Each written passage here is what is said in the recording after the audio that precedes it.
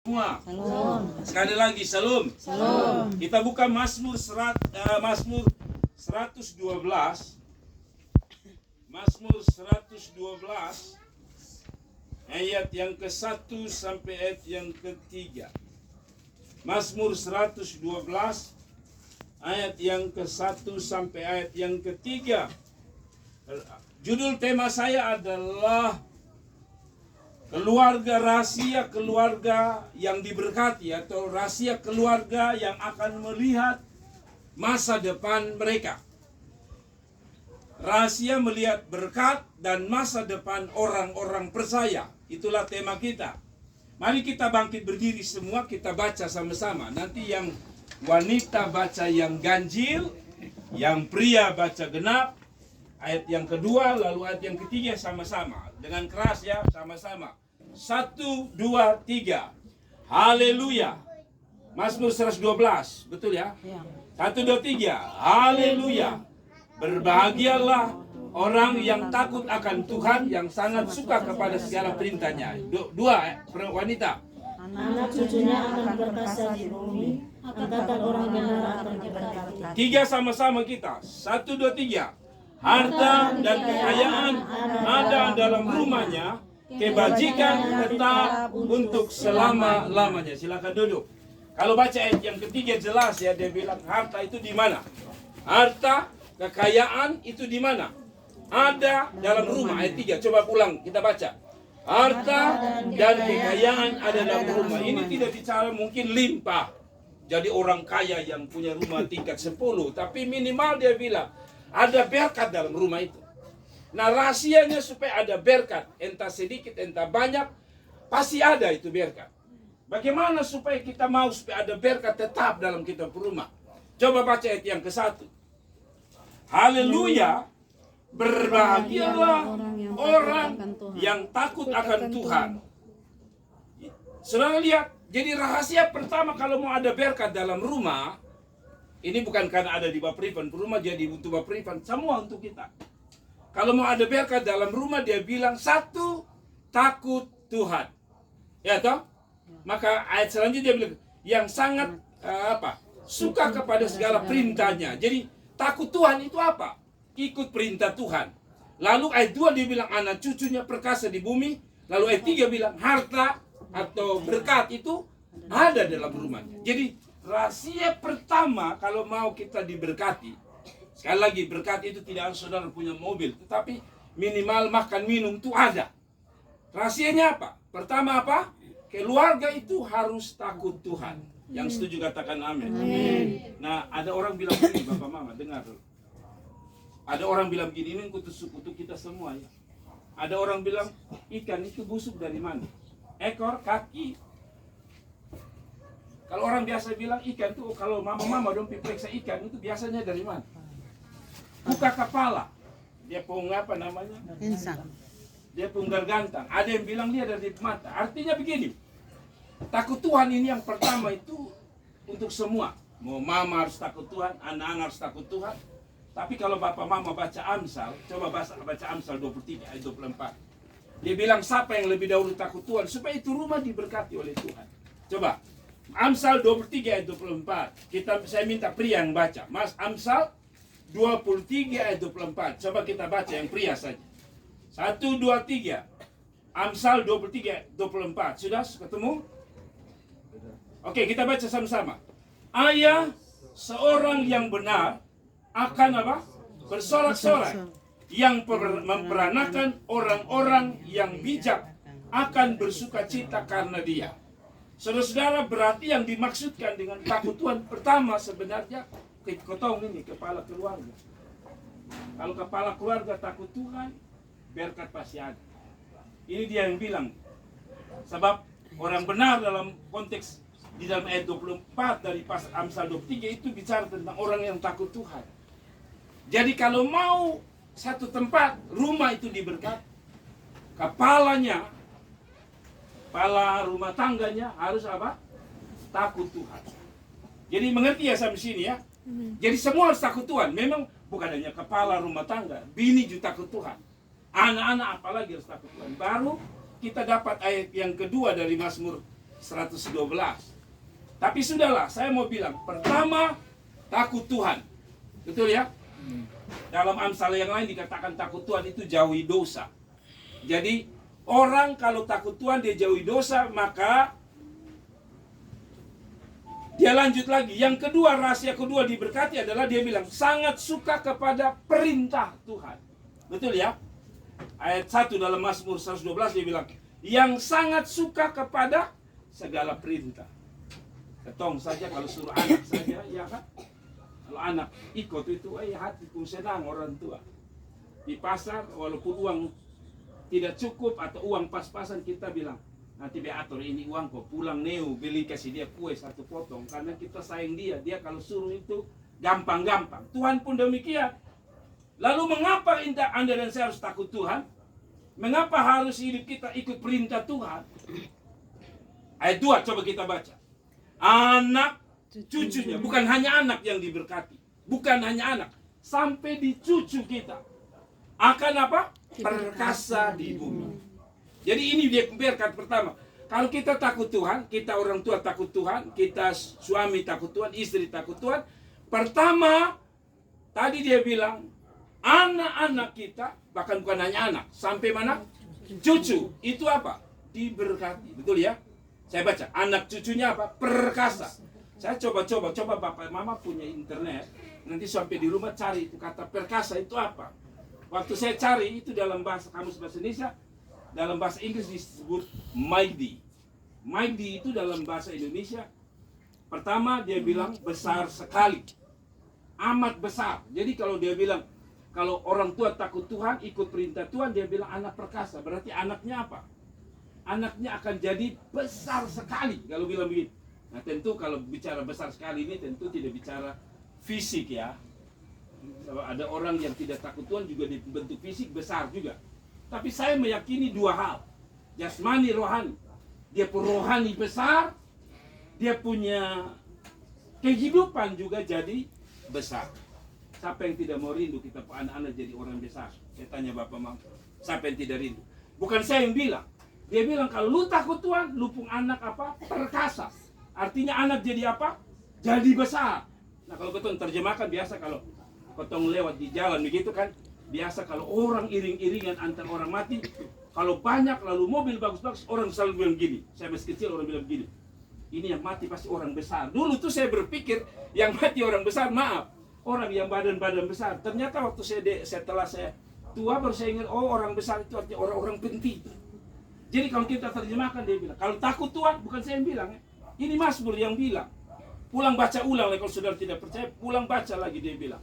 Kalau kamu takut Tuhan, keluargamu takut Tuhan, anakmu perkasa, anakmu besar. Lalu bukan hanya perkasa saudara-saudara. Kalau saudara baca itu artinya begini lagi, berkuasa. Bukan hanya perkasa, berkuasa. Kalau berkuasa itu artinya dia di atas atau dia di bawah. Hanya ada 2, orang yang berkuasa dan orang yang dikuasai. Bahasa Indonesia begitu kan? Yang berkuasa dan yang dikuasai. Ya kan? Kita ini kan orang yang dikuasai oleh siapa? Pemerintah. Ada orang di atas kita, gubernur, bupati. Jadi dia bilang kalau kamu takut Tuhan, anak cucumu. Kalau engkau, orang begini Bapak Mama. Kita ini kan sutua. Ya toh, Bapak Rifan juga sutua, Maelen sutua, kau makin dari makin tua. Kau mau jadi besar mungkin tidak bisa lagi. Tapi dia bilang, kalau kau takut Tuhan, kau tempuh kesempatan lihat yang besar itu lewat kau tempuh anak cucu. Mengerti ya sampai sini ya? Jadi kalau orang tidak mau, tidak apa-apa. Tapi ini Alkitab bilang. Dia bilang yang kedua, berkuasa. Jadi orang-orang yang luar biasa. Yang ketiga, dia bilang hebat. Kata yang digunakan untuk kata perkasa itu, kalau Indonesia hanya 1 kata, perkasa gitu. Tapi kalau saudara baca di dalam itu dia katakan hebat. Jadi kalau kita sambung di ayat 1 dia bilang begini, kalau kamu takut Tuhan, anak-anakmu jadi orang hebat. Tidak ada yang kata amin. Amin. Saudara percaya sekali. Tapi ini Alkitab yang bilang, bukan kita yang bilang. Sekali lagi Mazmur 112 jelas sekali. Nah makanya Bapak Mama kalau baca Alkitab, saya ajar Bapak Mama ya. Kalau baca Alkitab Mazmur misalnya atau apa saja. Kalau saudara tanya bingung dengan kata-kata begini, misalnya kayak perkasa.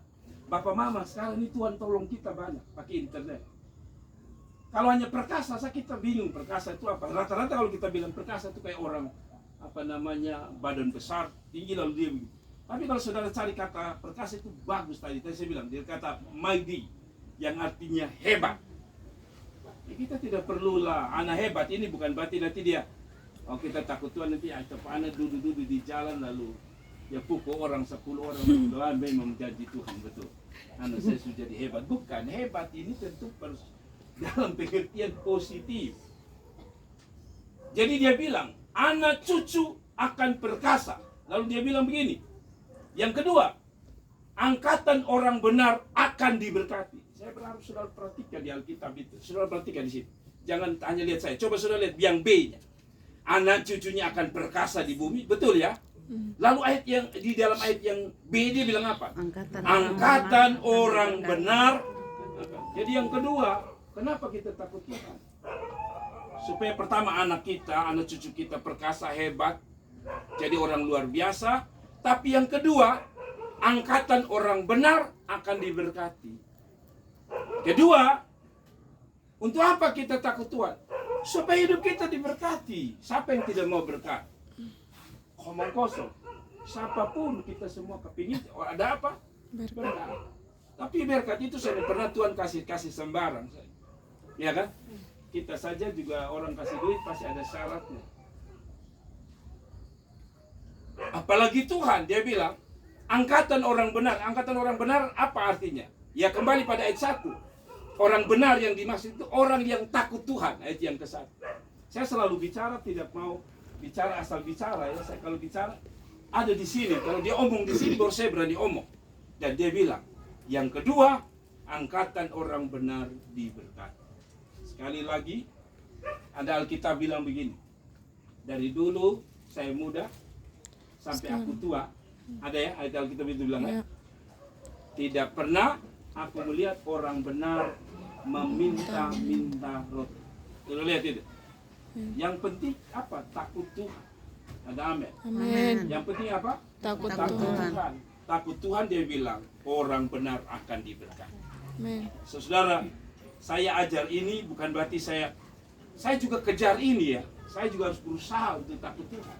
Kenapa? Karena begini Bapak Mama, ketong kan melahirkan anak. Habis ini ketong sumati ini. Nah puji Tuhan kalau ketong orang kaya pu anak. Mati betul bisa bilang nanti itu Bapak ada kasih tinggal tanah di Nekoten 4 hektar. Lu pakai tidur di situ. Masalahnya kita ini tanah sudah tidak ada lagi. Uang sudah tidak ada. Maka untuk bisa supaya dompung hidup setelah ketong sudah ada. Dia pemodal sederhana kita bilang. Ketong takut Tuhan. Nanti kalau ketong mati tiba-tiba. Sonde sempat beli dia ketong anak tanah. Tuhan akan berkati mereka. Itu ayat bilang begitu. Saya ulangi lagi. Coba Bapak Mama lihat ayat yang kedua dari Mazmur 112. Anak cucunya perkasa di bumi, angkatan orang benar akan diberkati. Jadi saya dihibur sendiri secara pribadi ya, bahwa sampai hari ini saya pun doa untuk saya dapat rumah 3 untuk saya pun anak, jangankan 3, 1 juga belum. Saya pun anak ada 3, Jenny, Jordan, Cynthia. Nah, memang ada di Oiba, aduh beta rasa beta orang Oiba kurang sehat karena pertama terlalu terlalu ribut di bawah. Jadi kita kalau datang model-model kita senang sekali. Kedua, pengaruh negatifnya tinggi sekali di pasar Oiba. Jadi beta punya kerinduan adalah ini sebelum tutup mata rumah kecil, orang bilang rumah paling kecil berapa? Kurang 36 ya. 36 satu orang satu juga. Tapi sampai hari ini belum. Secara manusia, aduh Tuhan bagaimana? Waktu saya baca ini betul. Saya harus takut Tuhan. Supaya nanti beta mati pun belum sempat kasih tanah. Tuhan bilang apa? Nanti dia angkatannya diberkati oleh Tuhan. Arti ya sampai sini ya. Jadi Bapak Mama takut Tuhan itu sudah rugi. Pertama takut Tuhan pasti ketemu senangkan ketemu pasangan hidup. Soalnya ada bilang orang takut Tuhan lalu dia pasangan hidup jengkel. Soalnya ada. Pasti dia pun pasangan hidup senang. Kedua, anak-anaknya pasti senang. Betul? Tapi yang ketiga, dalam konteks ini, Tuhan yang senang. Waktu Tuhan senang dia bilang, nanti lupa angkatan itu, beta yang berkata. Lalu ayat 3, saya tutup. Bapak Ibu lihat. harta dan kekayaan ada dalam rumahnya. Kebajikan tetap selam. Kebajikan itu artinya kebaikan. Jadi kalau saudara lihat, ayat 3 ini tidak lepas dari ayat 1. Jadi kalau ayat 2 tidak lepas dari ayat 1, ayat 3 juga tidak lepas dari ayat 1. Dia bilang harta dan kekayaan ada dalam rumah orang yang takut Tuhan. Jadi Bapak Mama baca itu selalu lepas dari ayat 1. Takut Tuhan, dia bilang harta dan kekayaan ada dalam rumah orang itu, artinya. Jadi begini Bapak Mama, semua orang harus takut Tuhan. Mau siapa saja, tidak bisa bilang aja pendeta takut Tuhan, tidak bisa. Jemaat harus takut Tuhan. Takut Tuhan itu begini saudara, mau ada di depan manusia atau tidak dilihat manusia bertempuh hidup, tetap takut akan Tuhan. Waktu kita takut Tuhan, Tuhan bilang nanti Tuhan yang lihat. Jadi Bapak Mama sekalian yang diberkati Tuhan, yang terakhir dia bilang harta. Harta ini Bapak Mama tak usah menghayal. Nanti ini hari Bapak Rifan ke rumah dinding, lalu saat mungkin masuk saat di sini ada rumah keramik terbuat dari emas. Itu terlalu jauh. Tapi kau pikir harta mulai kecil-kecil. Bilang Tuhan, beta tahu beta takut Tuhan, pasti ada beras. Sedikit juga pasti ada beras di dalam rumah. Itu maksud beta. Tak usah terlalu mimpi besar. Tapi pakai ini ayat bilang begini, Tuhan, beta mau coba takut Tuhan. Tuhan itu paling suka dia dicobai, sudah apa-apa, tapi dicobai dalam hal-hal seperti ini. Tuhan, beta coba mau hidup takut Tuhan. Dan beta mau lihat, betul tidak janji Tuhan ini. Dan beta yakin, saya yakin ya dalam perjalanan beta sebagai pengiring Tuhan. Tadi beta bilang, kalau hanya sekadar beras, sekadar minyak tanah, maaf, kami tidak pernah kekurangan. Bahkan Bapak Mam baru-baru kan, gara-gara apa minyak tanah itu hilang baru-baru. Jadi gara-gara apa itu? Baru-baru yang minyak tanah sempat langka itu peristiwa apa kan ya? Ya? Tiba-tiba saja naik kan? Iya, naik. Papa Mama tahu. Saya pun istri ini ada doi tidak ada doi minyak tanah harus ada. Jadi di rumah itu sebenarnya beras sedikit, tapi minyak tanah tapua. Saya ngomong sampai hari ini saya tidak tahu beliau punya perhitungan. Jadi waktu orang pusing, bayangkan, sampai kalau salah satu jerigen sempat naik sampai 80.000. Karena cari setengah mati. 50 naik ke 80. Orang di Facebook heboh, kami tenang-tenang. Itu yang saya maksudkan gini. Kalau takut Tuhan, masa Tuhan hanya kasih beras 1 kilo, Tuhan sudah mampu kasih kosong. Itu bohong. Biar beras. Ini orang Kupang bilang di Panta Pariu, Tuhan tidak kasih orang lapar. Saudara percaya tidak? Amen. Saya terlalu meyakini orang takut Tuhan, biar beras sedikit, soalnya pernah dia lapar. Tapi kalau sampai, maaf ya, kalau kita sampai kekurangan betul-betul, coba kita tanya baik-baik. Sudahkah kita takut Tuhan? Kalau beta yang omong, bisa saja saudara tidak percaya. Kedua, kalau beta omong, bisa sesuatu tidak terjadi. Bapak Mama jujur, ayat ini nih sebenarnya saya sudah renungkan untuk beta khotbah di apa namanya? Kemarin di mana lagi Mama? Di Bapak Alda. Jadi ini khotbah sebenarnya bukan di sini. Tapi beta bersyukur kenapa harus di sini. Tuhan mau sampaikan pertama untuk Bapak Rifan dan Mama Rifan. Karena ini ayat sebenarnya bukan di sini. Beta rencana kok karena waktu beta baca beta siap. Tapi karena Ibu Pendeta dan Alor bilang tidak jadi ikut kami kebaktian, jadi saya bilang Mama siap. Oke, Mama, Tuhan bilang sudah. Jadi sudah. Saya bilang Tuhan berarti berikutnya. Jadi saya meyakini orang pertama, keluarga pertama menurut catatan ini, menurut saya adalah keluarga yang membuka rumah, yaitu Bapak Rifan dan Mama Rifan. Ayat ini bilang kalau kita takut Tuhan, pertama dia bilang apa? Anak perkasa. Siapa yang tidak mau anak perkasa? Semua punya kerinduan, semua punya mimpi, semua punya harapan. Tadi di jalan kita bicara dengan Ma Ellen tentang anak-anak mau sekolah masuk mana. Dan saya bilang memang betul kalau Mama Ellen bilang kalau bisa anak-anaknya Mahani ya mau masuk kesehatan ya. Dan memang kedepannya katanya orang itu semua semua tugas semua akan punya masa depan, mau hukum kah, bisnis kah, semua. Tapi yang satu yang tidak akan pernah berhenti adalah kesehatan. Kenapa? Karena orang pasti akan sakit. Entah sakit sedikit, sakit banyak, pasti orang pernah alami sakit. Atau di sini ada yang pernah sakit. Saya pikir semua orang pernah sakit. Bahkan ada orang yang tidak mau masuk rumah sakit pun berjanji, beta tidak akan masuk rumah sakit. Pertama, beta masuk rumah sakit, beta takut suntik. Orang yang mau dia begitu, percayalah, satu saat lu akan ketemu suntik. Itu saya buktikan saya sendiri. Saya ini paling takut dengan suntik, yang namanya suntik. Ini pendeta ini yang berdiri besar, badan desa saya. Tapi saya paling takut suntik. Jadi kalau sudah sakit banyak, pasti ibu gembala ceritanya, Bapak masih kuat? Masih. Padahal saya sudah bernanya itu. Kalau mama gembala selalu bilang, Pak sudah ketompi beliau, Bapak parah ini. Tidak, mari kita terus berdoa. Sebenarnya di samping alasan berdoa, sebenarnya ada yang lebih menakutkan, yaitu suntik. Itu masalah. Tapi saya sudah coba, mau tahan bagaimanapun, ada waktu saya nyerah.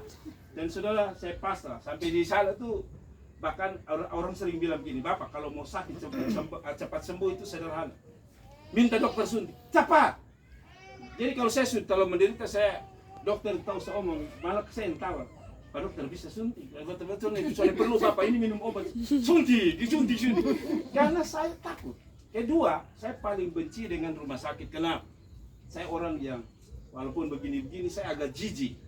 Jadi kalau orang sakit itu kan sebelah juga sakit, toh. Pas kita mau makan baru sebelah muntah itu, itu buat kita pusing.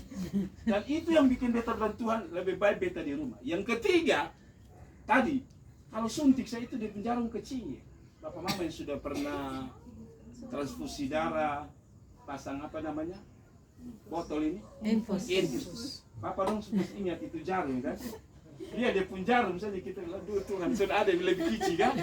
Tapi rata-rata jarum itu besar luar biasa. Nah, tapi saya kasih tahu sudah, kenapa saya angkat ilustrasi ini begini. Anda boleh berkomitmen, tapi satu waktu Anda butuh orang kesehatan. Berarti memang ke orang kesehatan ini penting. Nah, tapi saya tidak ajak semua Nasaret, semua kita kasih masuk di jemaat semua apa anak di kesehatan ya. Karena nanti kalau kita mau urus pajak juga harus ada yang terjadi pajak. Kita butuh hukum juga harus kita cari orang hukum. Jadi bagi-bagi ya, yang kalau ada yang kesehatan atau bagi-bagi supaya di dalam jemaat kita itu lengkap. Tapi intinya begini saudara. Beta pingin supaya beta jemaat diberkati. Neo minimal ada motor kok pergi gereja juga baik. Kalau Tuhan kasih lebih, jauh lebih baik. Tapi minimal kalau dia pun jemaat dasar Tuhan kasih berkat itu berupa roda 2 baik. Kalau Tuhan mau kasih lebih besar, anugerah Tuhan. Tapi yang kita lakukan adalah takut Tuhan dan biarkan Tuhan yang memberkati kita. Mari kita tunduk kepala, kita berdoa.